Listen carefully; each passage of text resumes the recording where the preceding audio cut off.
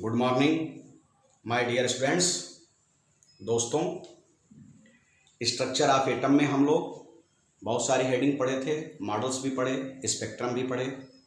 आज का हेडिंग है दोस्तों ब्लैक बॉडी रेडिएशन। दोस्तों, आज हम लोग दो हेडिंग पढ़ेंगे, ब्लैक बॉडी रेडिएशन पढ़ेंगे एंड फोटो इलेक्ट्रिक इफेक्ट पढ़ेंगे। दोस्तों, बात कर रहे हैं ब्लैक बॉडी रेडिएशन की। दोस्तों चलिए स्टार्ट करते हैं। नाम है black body. The body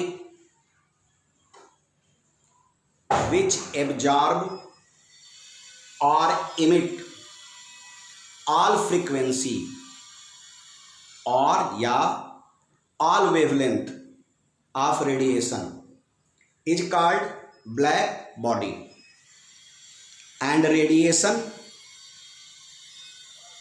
by black body is known as black body radiation। दोस्तों, ब्लैक बॉडी दोस्तों परफेक्ट एब्जॉर्बर होता है, दोस्तों, एंड परफेक्ट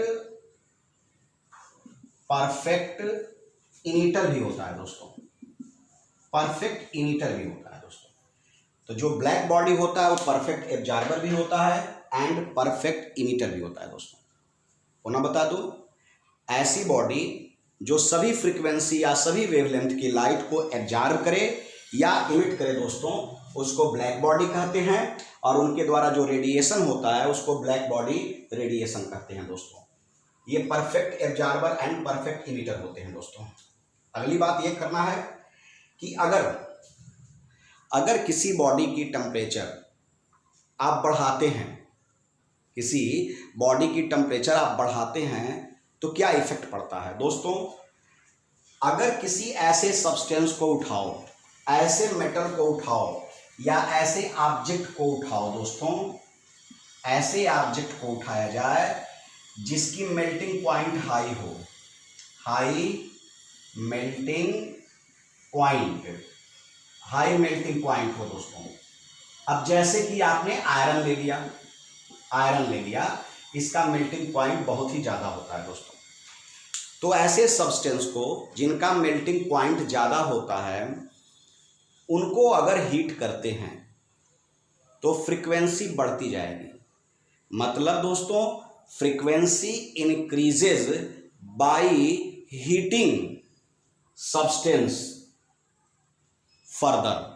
मतलब जैसे जैसे आप सब्सटेंस को आगे हीट करते जाएंगे, उस बॉडी को आगे हीट करते जाएंगे, दोस्तों, उनकी फ्रीक्वेंसी बढ़ती जाएगी। जाहिर सी बात है, जब फ्रीक्वेंसी इंक्रीज करेगी तो उसका असर वेवलेंथ पे आएगा, और वेवलेंथ कलर को डिनोट करता है। मैंने आपको इसके पहले के लेक्चर में एक व्हील बना करके नैनोमीटर में वेवलेंथ को समझाया था। तो दोस्तों, टेम्परेचर अगर बढ़ा दोस्तों, तो जाहिर सी बात है फ्रीक्वेंसी बढ़ेगी टेम्परेचर के डायरेक्टली प्रोपोर्शनल में। टेम्परेचर जब बॉडी का बढ़ाओगे तो फ्रीक्वेंसी बढ़ेगी, और फ्रीक्वेंसी जाहिर सी बात है कि फ्रीक्वेंसी को रिलेट करेगी वेवलेंथ को। तो दोस्तों, वेवलेंथ कम होता जाएगा। दोस्तों, तो वेवलेंथ कम होता जाएगा। इसका मतलब क्या हो गया दोस्तों, कि जैसे जैसे आप टेम्परेचर बढ़ा रहे हो, फ्रीक्वेंसी बढ़ रही है, वेवलेंथ कम होगा। अब इसका मतलब हो गया कि फ्रीक्वेंसी बढ़ रही है, वेवलेंथ कम हो रहा है। मतलब जब ज्यादा फ्रीक्वेंसी हुई तो वेवलेंथ कम हो गया, अब कम फ्रीक्वेंसी हुई तो वेवलेंथ ज्यादा हो गया। तो अगर दोस्तों आप बात कर रहे हो, देखा जाए यहां पे, अगर दोस्तों आप बात कर रहे हो लो फ्रीक्वेंसी की अगर आप बात करोगे तो उस कंडीशन में हाई वेवलेंथ होगा, हाई वेवलेंथ होगा। तो अब दोस्तों हाई वेवलेंथ हम लोग कहाँ से कहाँ स्टार्ट करते हैं? तो हाई वेवलेंथ अगर बात करेंगे तो 800 नैनोमीटर से स्टार्ट करेंगे। और जो इनका कम वेवलेंथ होगा दोस्तों, मतलब यहाँ पे हाई, न्यू माने फ्रीक्वेंसी, हाई फ्रीक्वेंसी, तो यहाँ दोस्तों हो गया लो वेवलेंथ माने लेमडा, लो लेमडा हो गया दोस्तों। तो 800 नैनोमीटर से जब आप चलेंगे तो लो लेमडा कितना हम लोग पढ़े थे? 400 नैनोमीटर। इसका मतलब दोस्तों कि आप किसी भी ऑब्जेक्ट को आपने देखा जिसका मेल्टिंग पॉइंट आपने ज़्यादा किया हुआ है या उस पर ज़्यादा अच्छे से समझ में आ जाता है, उसका मेल्टिंग पॉइंट ज़्यादा है, आपने नहीं किया हुआ है, उस ऑब्जेक्ट का मेल्टिंग पॉइंट ज़्यादा है, या किसी भी ऑब्जेक्ट पे करें, ये तो मैंने जानबूझ करके एग्जाम्पल दिया, उस पर आसानी से समझ में आ जाएगा। तो टेम्परेचर का यह रेशियो हुआ। और जब आप अब क्या हुआ, टेम्परेचर बढ़ाए फ्रीक्वेंसी ज़्यादा वेवलेंथ कम, टेम्परेचर कम फ्रीक्वेंसी कम वेवलेंथ ज़्यादा, तो ज़्यादा वेवलेंथ से कम वेवलेंथ की तरफ जा रहे हैं। इसका मतलब लो फ्रीक्वेंसी से हाई फ्रीक्वेंसी की तरफ जा रहे हैं। यहाँ टेम्परेचर कम है, यहाँ टेम्परेचर क्या है दोस्तों, यहाँ टेम्परेचर क्या है? मिनिमम है। यहाँ टेम्परेचर मिनिमम है और यहाँ टेम्परेचर क्या है दोस्तों? लो फ्रीक्वेंसी मतलब मिनिमम और हाई फ्रीक्वेंसी मतलब टेम्परेचर यहाँ आपका क्या हो गया? मैक्सिमम हो गया। चलो भैया, टेम्परेचर यहाँ मैक्सिमम हो गया, हाई फ्रीक्वेंसी है, तो इससे क्या मिला आपको? एक चीज मैं क्लियर कर दूं इससे इनके कलर पे असर पड़ गया दोस्तों, कलर चेंजेस। मतलब टेम्परेचर जैसे जैसे बढ़ेगा फ्रीक्वेंसी बढ़ेगी, वेवलेंथ कम होगा और कलर बदल जाएगा, कलर चेंजेस। कलर क्या हो गया? 800 नैनोमीटर क्या है? रेड है, आपको फील बता चुका हूं। और जैसे रेड से आगे बढ़ेंगे ये क्या हो जाता है? 400 नैनोमीटर ब्लू है, बीच में आप अपने हिसाब से दे दो, बीच में येलो आता है। इसका मतलब कि कलर बदलने लगा। मतलब अगर आपने ऑब्जेक्ट का टेम्परेचर बढ़ाया, फ्रीक्वेंसी बढ़ी, वेवलेंथ कम हुआ, कम वेवलेंथ है तो कलर आपका ब्लू के साइड में शो करेगा, ज़्यादा वेवलेंथ है कलर आपका रेड के साइड में शो करेगा दोस्तों। यह था ब्लैक बॉडी रेडिएशन। अब अगला हम लोग पढ़ेंगे अभी यहीं पे फोटो इलेक्ट्रिक इफेक्ट की बात करते हैं। दोस्तों इसको मिटा लूँ, 1 सेकेंड का ब्रेक है। चलिए बात करते हैं photo electric effect. Photo electric effect, photo electric effect की बात करें दोस्तों। हाँ, इफेक्ट की बात करते हैं दोस्तों। देखिए क्या है दोस्तों, यहां मैं एक ऑब्जेक्ट बना दूं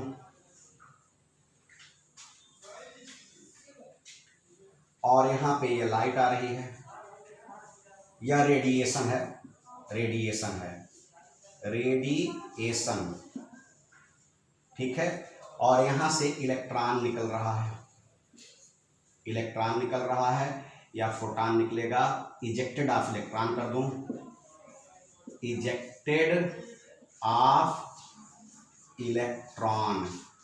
अब बात करते हैं दोस्तों, देखिए। हाँ दोस्तों, जब किसी सब्सटेंस पे, ध्यान से देखिएगा दोस्तों, जब किसी सब्सटेंस पे या मेटल पे, ऐसा मेटल यहाँ लीजिए जैसे कि पोटेशियम है, सीजियम है, रुबिडियम है, ये जितने भी मेटल्स हैं दोस्तों, यहाँ आप ऐसे मेटल को लेंगे दोस्तों जिनका आयोनाइजेशन एनर्जी कम हो, लो आयोनाइजेशन एनर्जी। चलो भैया, लो आयोनाइजेशन एनर्जी हो गई। तो दोस्तों जब किसी मेटल पे जिनकी आयोनाइजेशन एनर्जी कम हो, कम का मतलब आसानी से इलेक्ट्रॉन निकल जाए, लो आयोनाइजेशन एनर्जी मतलब आसानी से इलेक्ट्रॉन निकल जाए। जब किसी मेटल पे जिनकी आयोनाइजेशन एनर्जी कम हो, इंसिडेंट लाइट पड़ती है, कहीं से बाहर से रे ऑफ लाइट पड़ती है या इंसिडेंट लाइट पड़ती है, तो इलेक्ट्रॉन निकलना शुरू हो जाता है या इलेक्ट्रॉन निकलना शुरू हो जाता है। इस प्रक्रिया को दोस्तों फोटो इलेक्ट्रिक इफेक्ट कहते हैं। और जो इलेक्ट्रॉन निकलता है दोस्तों, उस इलेक्ट्रॉन को इजेक्टेड इलेक्ट्रॉन जो निकलता है, इजेक्टेड इलेक्ट्रॉन को दोस्तों आप फोटो इलेक्ट्रॉन कहते हैं, फोटो इलेक्ट्रॉन कहते हैं दोस्तों। अब देखिए, इजेक्टेड इलेक्ट्रॉन फोटो इलेक्ट्रॉन हो गया, तो इनके द्वारा जो करंट प्रोड्यूस होगी उस करंट को बोलेंगे and current known is photo electric current दोस्तों। तो जो इनके द्वारा करंट प्रोड्यूस होगी वह कौन सी करंट होगी? फोटो इलेक्ट्रिक करंट होगी दोस्तों। तो चलो ये बात हो गई। अब आप फोटो इलेक्ट्रिक इफेक्ट पढ़ लिए, अब कुछ इस पे कंक्लूजन निकालते हैं। कंक्लूजन नंबर फर्स्ट दोस्तों, इसे मैं भी मिटा नहीं सकता। कंक्लूजन नंबर फर्स्ट दोस्तों, फोटो इलेक्ट्रिक करंट कहाँ से आया? इलेक्ट्रॉन निकला, जो इलेक्ट्रॉन इजेक्टेड हुआ। तो जो इलेक्ट्रॉन इजेक्टेड हुआ दोस्तों, उनसे फोटो इलेक्ट्रिक करंट आया। हमेशा याद रखना दोस्तों, photo electric current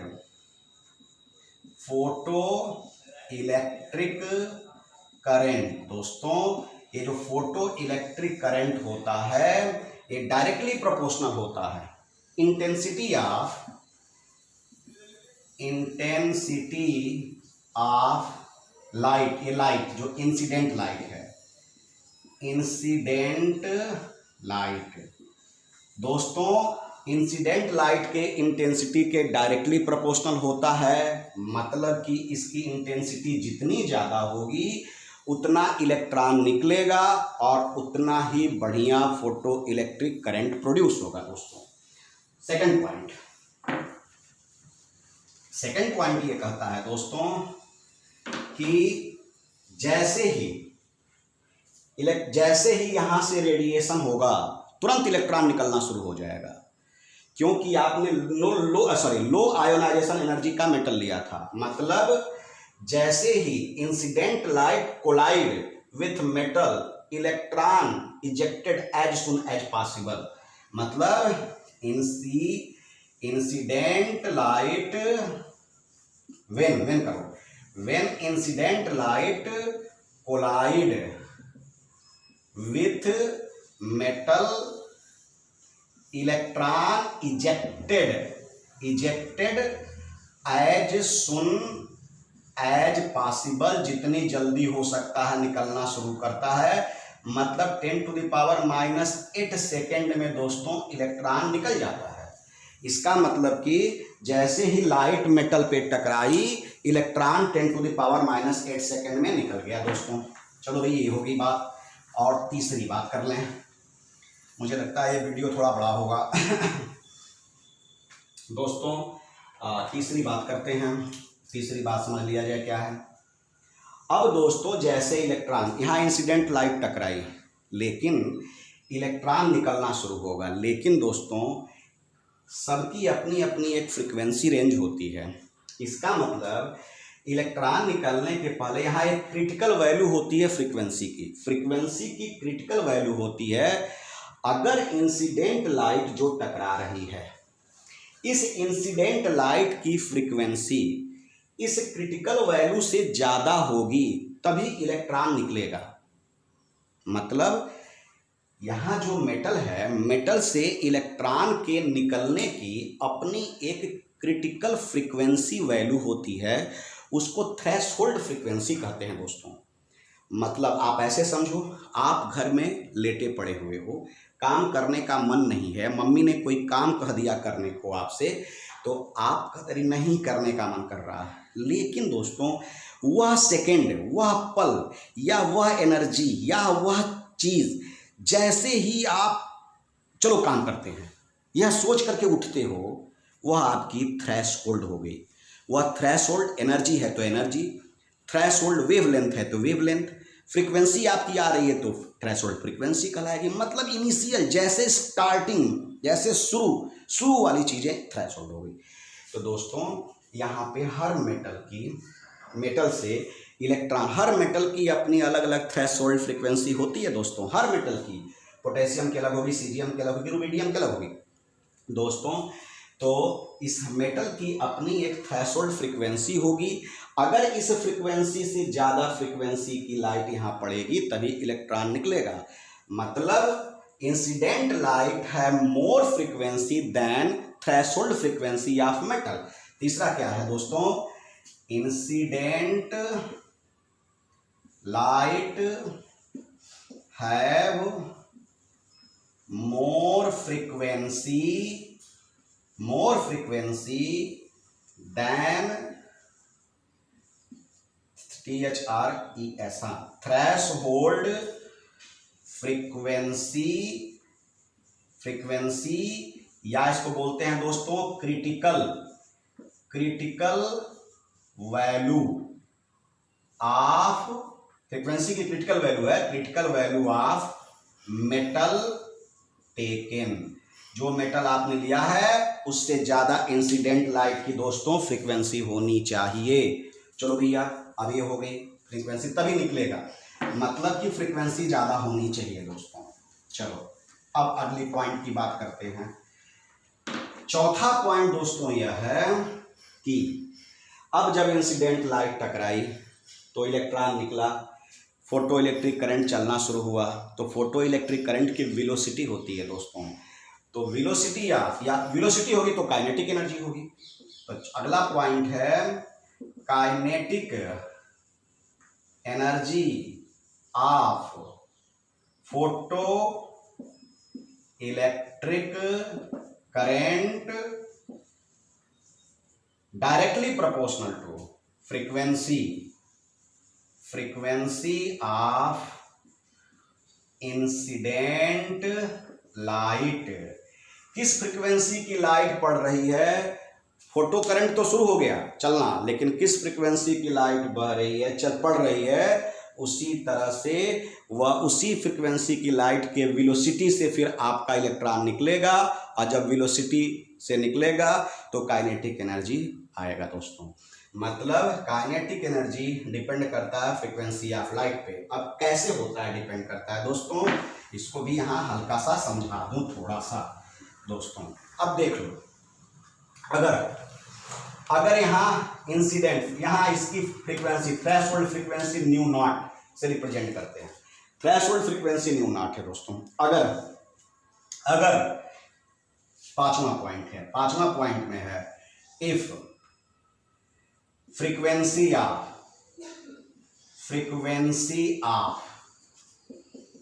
incident light दोस्तों, इंसिडेंट लाइट की फ्रीक्वेंसी अगर आपका किससे, इसकी फ्रीक्वेंसी मैंने इसको न्यू से रिप्रेजेंट करेंगे, न्यू थ्रेशोल्ड से ज्यादा हो, मतलब न्यू क्या है, मोर देन थ्रेशोल्ड है, तो काइनेटिक एनर्जी होगा। देन काइनेटिक एनर्जी पॉसिबल, मतलब होगा, विल बी या पॉसिबल, यह होगा दोस्तों। इसी में आप, अब इसको मिटा दूं, एक्चुअली वीडियो लंबा होगा, दूसरे वीडियो में इसको अच्छे से और इसका डेरिवेशन भी बता दूंगा। अब देखिए क्या है, अगर पांचवें के बाद छठवां देखिए, अगर यह फ्रीक्वेंसी इंसिडेंट लाइट की, इसकी फ्रीक्वेंसी है इंसिडेंट लाइट की फ्रीक्वेंसी अगर थ्रेशोल्ड के बराबर है तो दोस्तों काइनेटिक एनर्जी तब 0 होगा। और सातवां है, अगर यह फ्रीक्वेंसी इंसिडेंट लाइट की दोस्तों थ्रेशोल्ड से कम है तब नो काइनेटिक एनर्जी दोस्तों, तो काइनेटिक एनर्जी नहीं होगा दोस्तों।